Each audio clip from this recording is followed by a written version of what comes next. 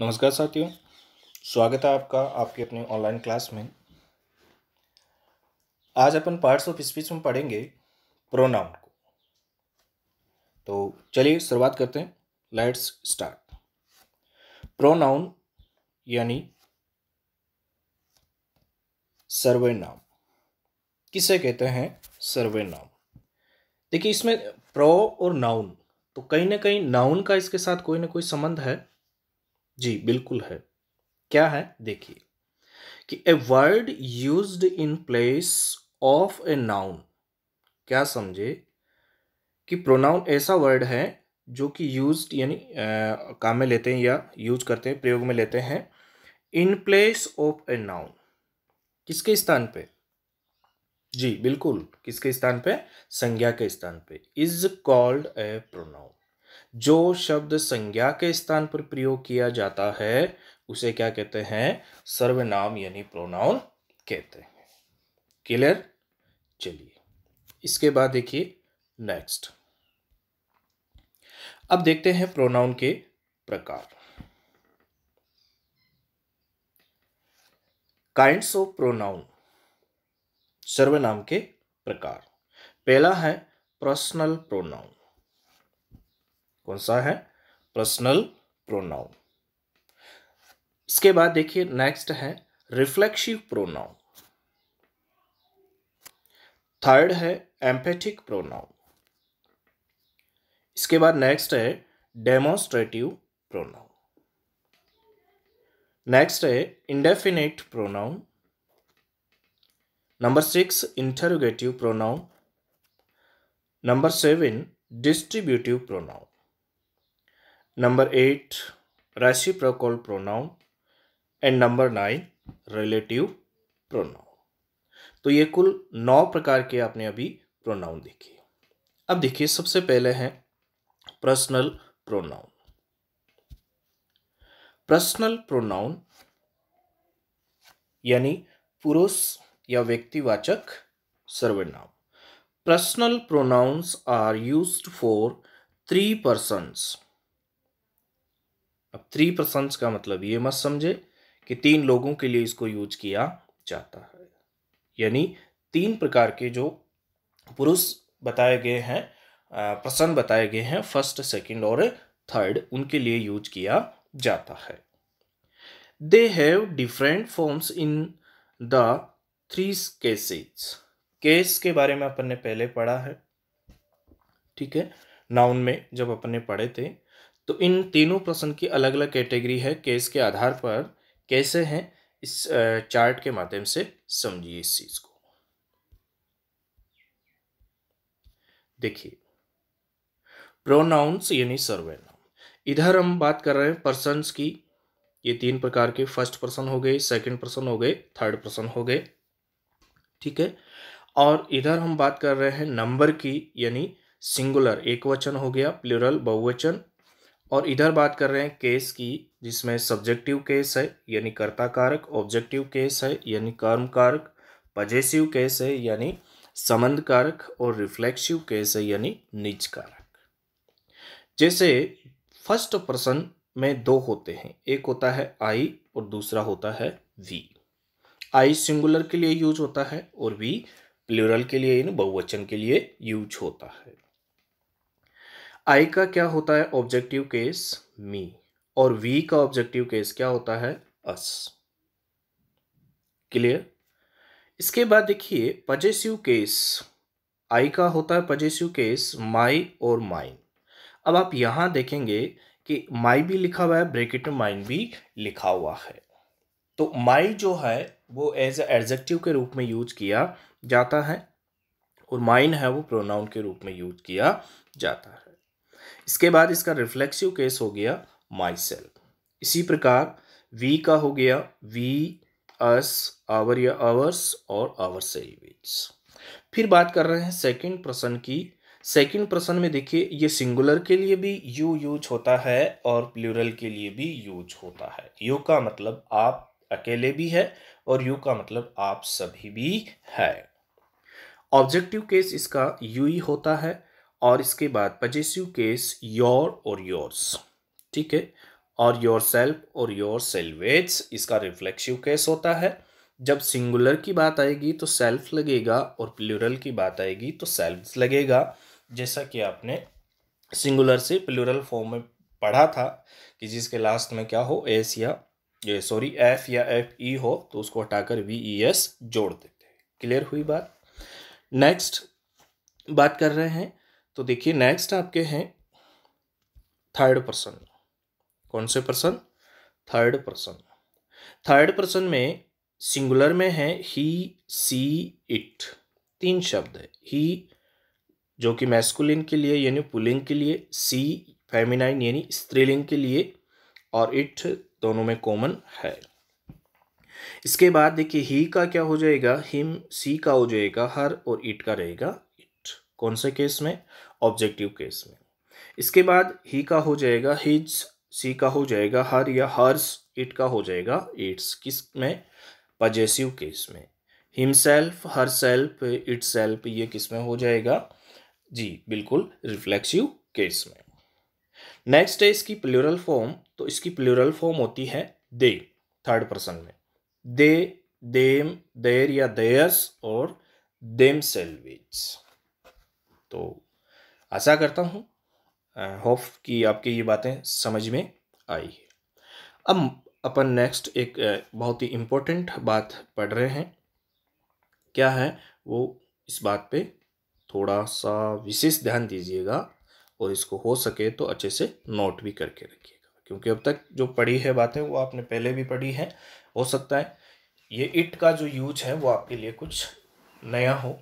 कैसे? देखिए, use of it यानी इट का यूज कैसे किया जाता है।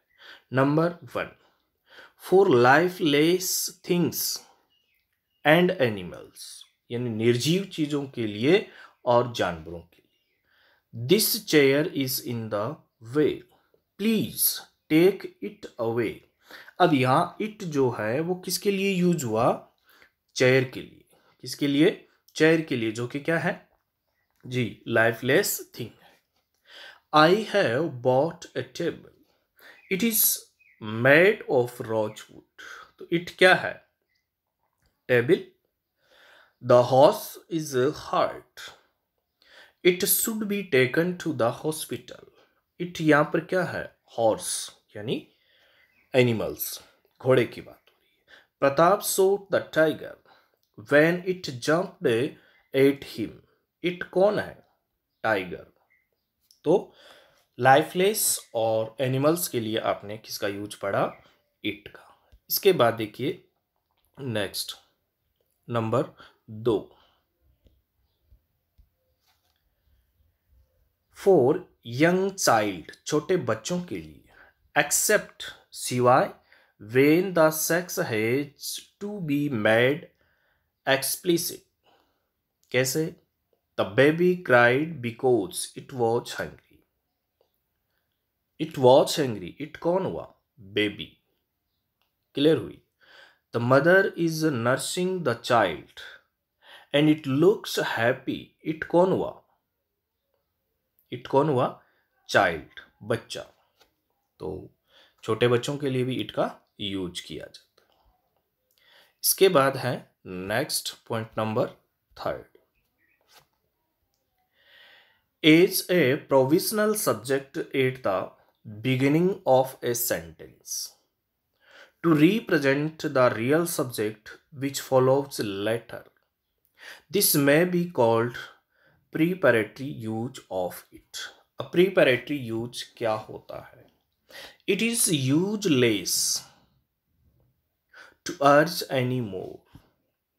इसका मतलब क्या हुआ कि to urge any more is useless.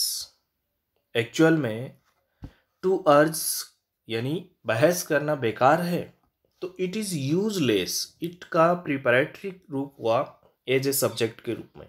जैसे it is doubtful whether he will be selected, it is true that कि I promise to help him. तो ये किस रूप में यूज हुआ?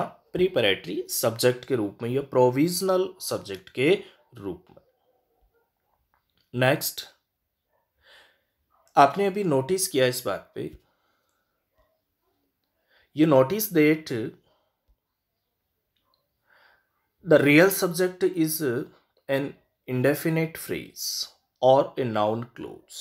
वास्तव में इसका सब्जेक्ट एक क्या है, जैसे इट इज ट्रू दैट, तो ये किस रूप में है, नाउन क्लोज के रूप में है या इन्फिनेटिव फ्रेज के रूप में है। नंबर 4 देखिए, to refer to some statement in the preceding clause, he is really responsible for this murder and he knows it. To refer, किसको रेफर करने के लिए, सम स्टेटमेंट, या स्टेटमेंट क्या है, देखिए कि he is really responsible for this murder and he knows it. अब किसको जानता है, this murder को। he was telling a lie and he knew it, किसको जानता है, टेलिंग ए लाई को। तो इस प्रकार के स्टेटमेंट के लिए भी इट का यूज किया जाता है। तो क्लियर हुई बात। इसके बाद देखिए next, as an impersonal pronoun it rained heavily. अब बताइए पर्सनल के रूप में न होकर के इम्पर्सनल कैसे हुआ, जहां सब्जेक्ट नहीं हुआ इट का यूज किया जाता है। जैसे it has been snowing incessantly for an hour, it का यूज हुआ। देन इट थंडर्ड, इम्पर्सनल चीजों के लिए भी इट का यूज किया जाता है। Then it thundered and the earth trembled. Number 6, in speaking of the weather और the time, it is very hot today, यानी वेदर और टाइम को दर्शाने के लिए भी इट का यूज किया जाता है। It is fine weather now, it was very hot very wet yesterday, it is morning, it is 4 o'clock, किसका यूज हुआ, इट का यूज किसको शो करने के लिए, वेदर या फिर टाइम को शो करने। इसके बाद देखिए नेक्स्ट पॉइंट,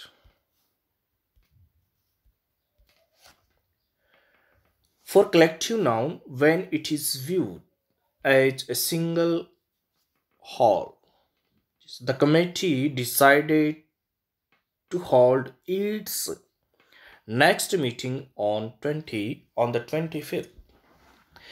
यानी कलेक्टिव नाउन है क्या, कमिटी, और ये किस रूप में हो, सिंगल, यानी सारा एकजुट का मामला हो, ऐसी स्थिति में एक यूनिट के रूप में हो, तो यहां पर इट का यूज होता है।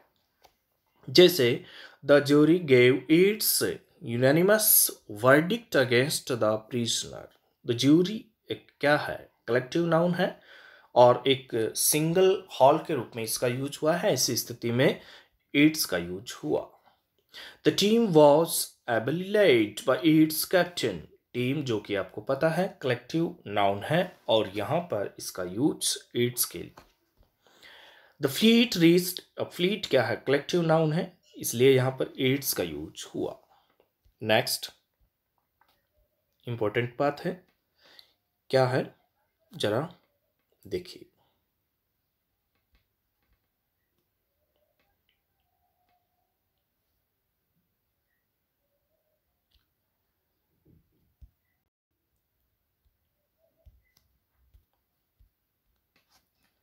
Note, if the collective noun is used to refer to its separate members,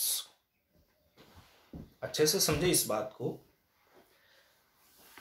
if the collective noun is used to refer to its separate members, अभी तक हमने क्या पढ़ा, सिंगल हॉल यानी एक यूनिटी के बारे में पढ़ा। वहीं कलेक्टिव नाउन जब सेपरेट मेंबर्स की बात करता हो, then the pronoun which stands for it must be in the plural number. बहुत इंपॉर्टेंट बात है।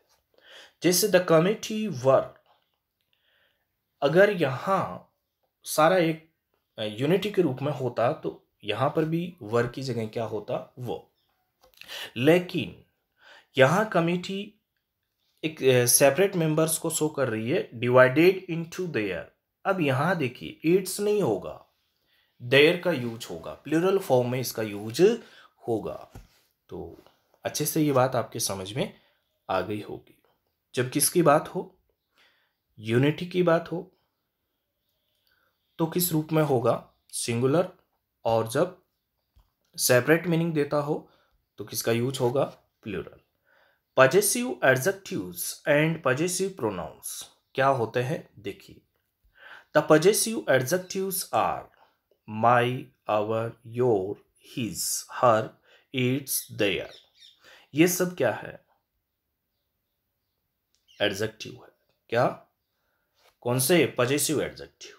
The possessive pronouns are mine, ours, yours, his, hers, theirs. ये सब क्या है जी, पजेसिव प्रोनाउन। देखिए इस चीज को समझना बड़ा आसान है। एडजेक्टिव का हमें कैसे पता चलेगा, मैं अगर यहां बात करूं कि दिस इज माई पेन। अब बताइए यहाँ पेन क्या है, नाउन है, और नाउन से पहले माई क्या है, नाउन को मॉडिफाई कर रहा है, इसका रिलेशन बता रहा है, पोजीशन बता रहा है। तो ये क्या हुआ, पजेसिव एडजेक्टिव हुआ। अर्थात एडजेक्टिव होगा तो वो नाउन से पहले यूज होगा या बाद में होगा, लेकिन नाउन के साथ तो यूज होगा, ये बात तो क्लियर है। लेकिन यहां देखिए, दिस पेन इज माइन। अब बताइए यहां पर माइन क्या है, प्रोनाउन है, बिल्कुल। समझ में आई बात, okay. Next,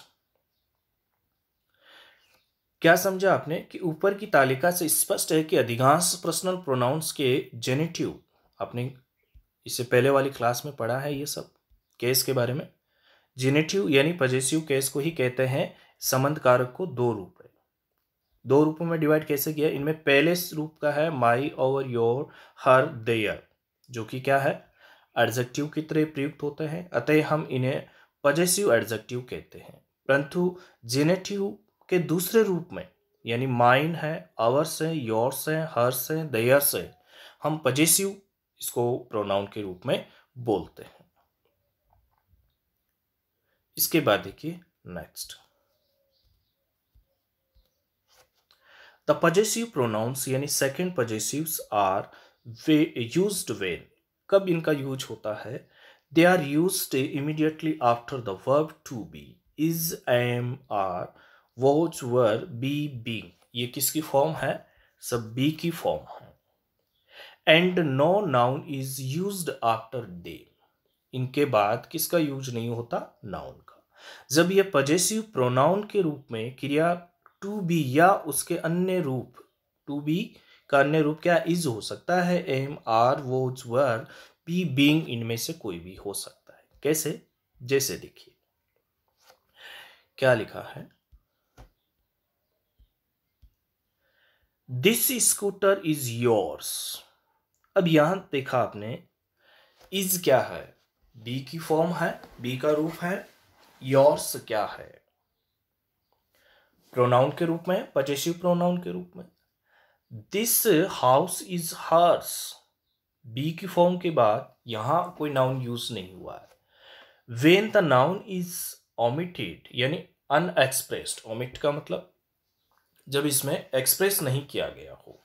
this is my book and that is yours, इसका मतलब योर्स का मतलब क्या हुआ, योर बुक। समझ में आई बात, दिस इज माई बुक। अब बताइए बुक क्या है, नाउन है, बुक क्या है, नाउन है, और माई क्या है, पजेसिव एडजेक्टिव, बिल्कुल। और योर्स का मतलब यह क्या, देट इज योर्स, ये आपकी, आपकी क्या है, that is your book. Yours या योर बुक, बात तो एक ही है, लेकिन योर्स है वो किस रूप में, पजेसिव प्रोनाउन के रूप में, और योर है वो किस रूप में है, पजेसिव एडजेक्टिव के रूप में। क्लियर हुई बात। नेक्स्ट, नेक्स्ट देखिए क्या लिखा है, यदि इनका प्रयोग ऑफ के तुरंत बाद में किया जाए। कैसे? जैसे Raman is a friend of mine, one of my friends. Friend of mine या वन ऑफ माई फ्रेंड्स मतलब तो एक ही हुआ, तो इस प्रकार से भी इसका यूज किया जाता है। नेक्स्ट है relative pronoun. A relative pronoun is one that relates to a noun और pronoun that goes just before it.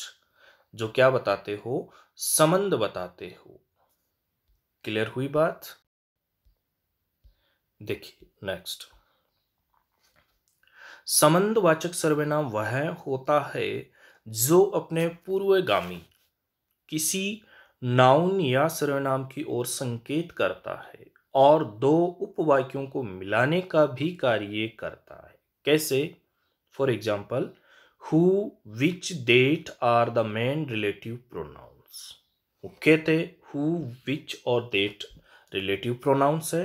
Who is used for persons, who का यूज व्यक्तियों के लिए, which is used for creatures and lifeless objects, प्राणियों जानवरों के लिए और निर्जीव चीजों के लिए विच का यूज होता है। That is used for both, और देट का यूज दोनों के लिए होता है। क्लियर हुई बात? देखिए नेक्स्ट, हु का प्रयोग मनुष्यों के लिए, विच का अन्य प्राणियों और निर्जीव पदार्थों के लिए, और देट का प्रयोग सभी के लिए होता है। कैसे? जैसे Raman is the boy who came here. अब बताइए यहां पर हु का प्रयोग हुआ रिलेटिव प्रोनाउन के रूप में। अब Raman is the boy, Raman is the boy, who से पहले बॉय क्या है? कोई पर्सन है जी, तो होगा this is the house which I want. अब विच से पहले हाउस क्या है? लाइफलेस थिंग है, इसलिए विच का यूज हुआ। द मेन डेट, यहां हु का भी यूज किया जा सकता है।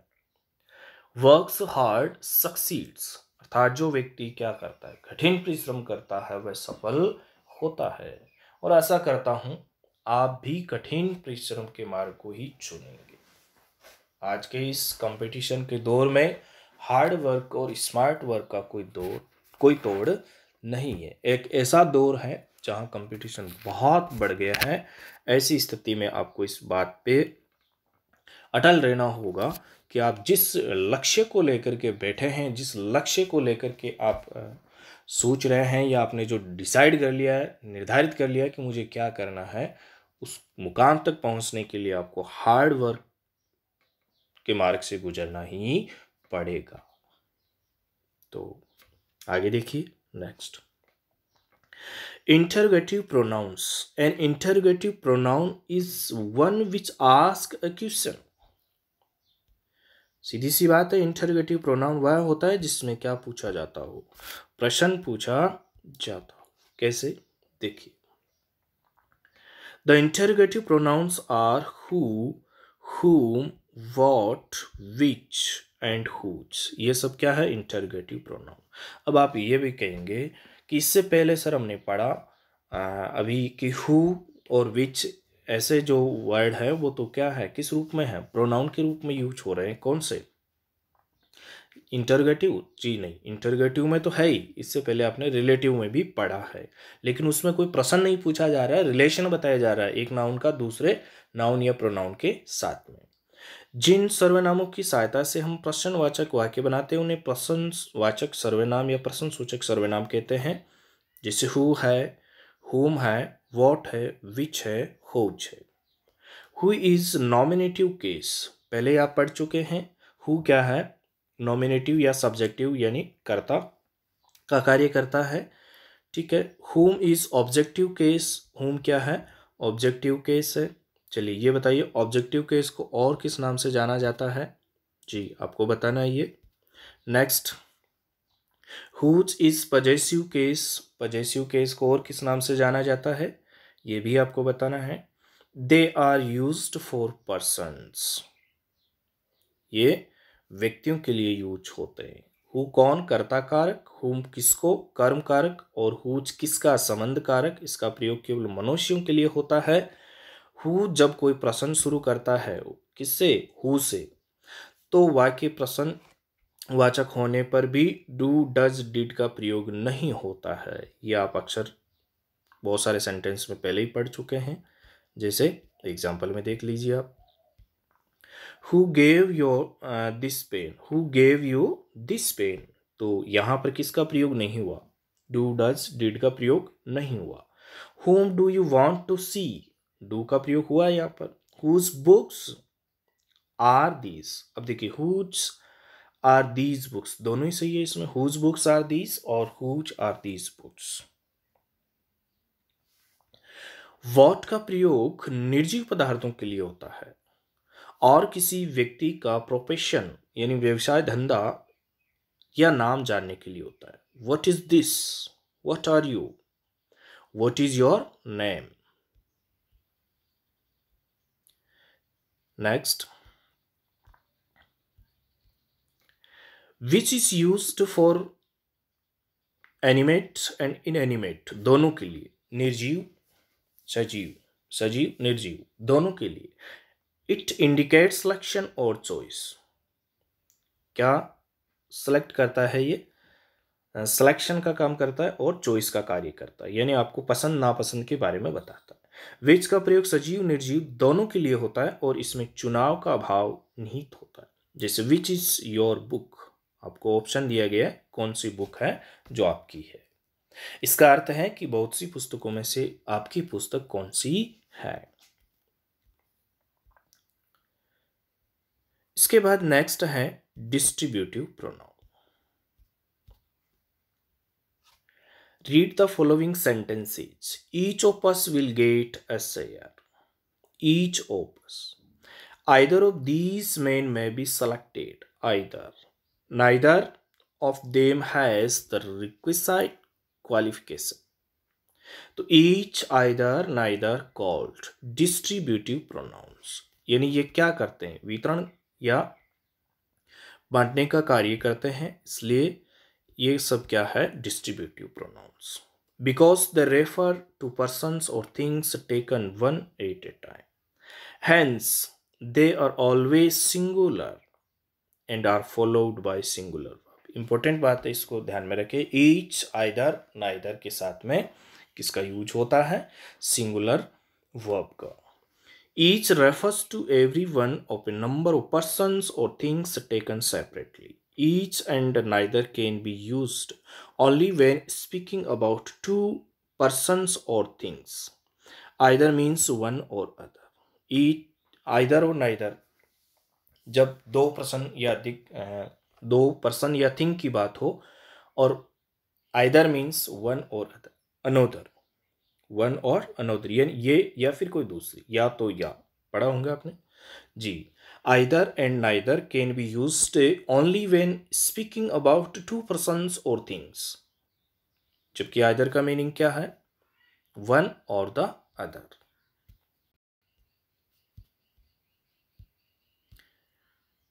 इसके बाद देखिए next,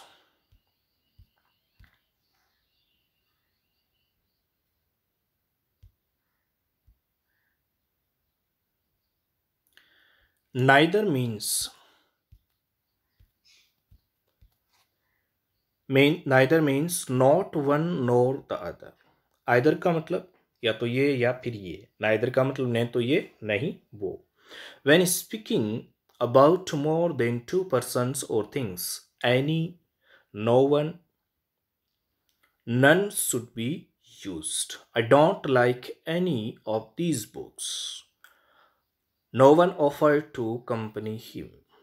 none but the brave deserve the fair।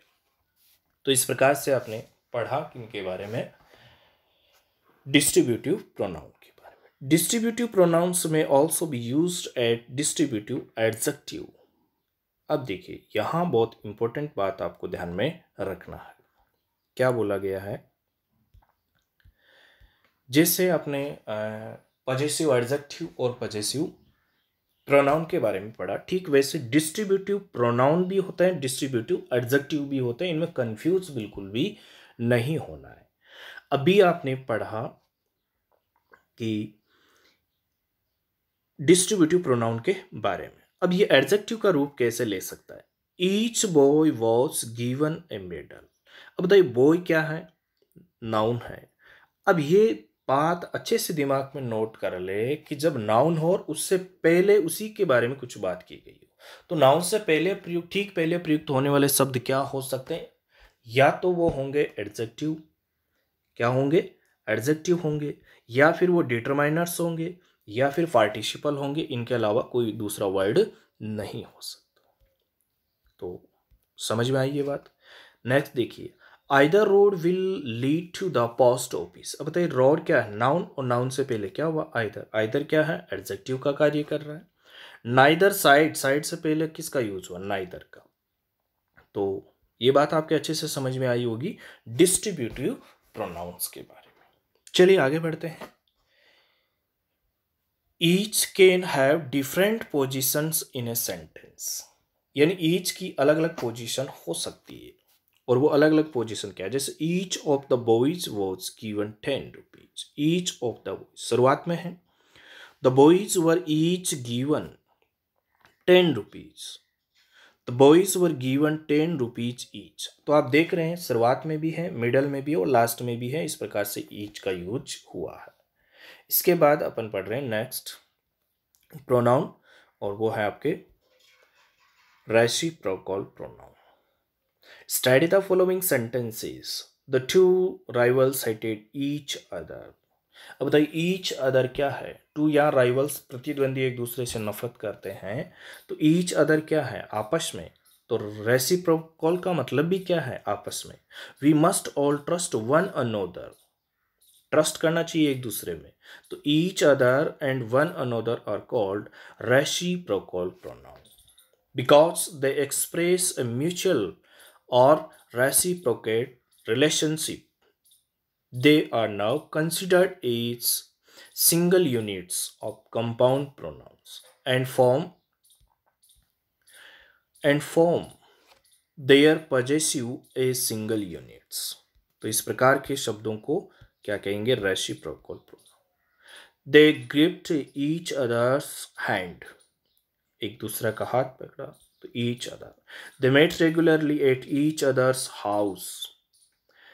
They are always ready to go one another's help. तो each other और one another क्या है? रेसिप्रोकल है, ठीक है। As single units they all serve as object of preposition. कैसे? Object of preposition के रूप में। देखिए next example, they keep away from each other. Keep away from each other. तो यहाँ पर देखिए सिंगल यूनिट है, लेकिन ऑल्सो सर्व किस रूप में? ऑब्जेक्ट के प्रीपोजिशन। तो यहाँ क्या है? From, keep away from each other, ये किस रूप में है? प्रीपोजिशन के साथ में। इसके अलावा देखिए they want talk to one another, to के साथ में प्रीपोजिशन के साथ में इनका यूज हुआ है। नेक्स्ट,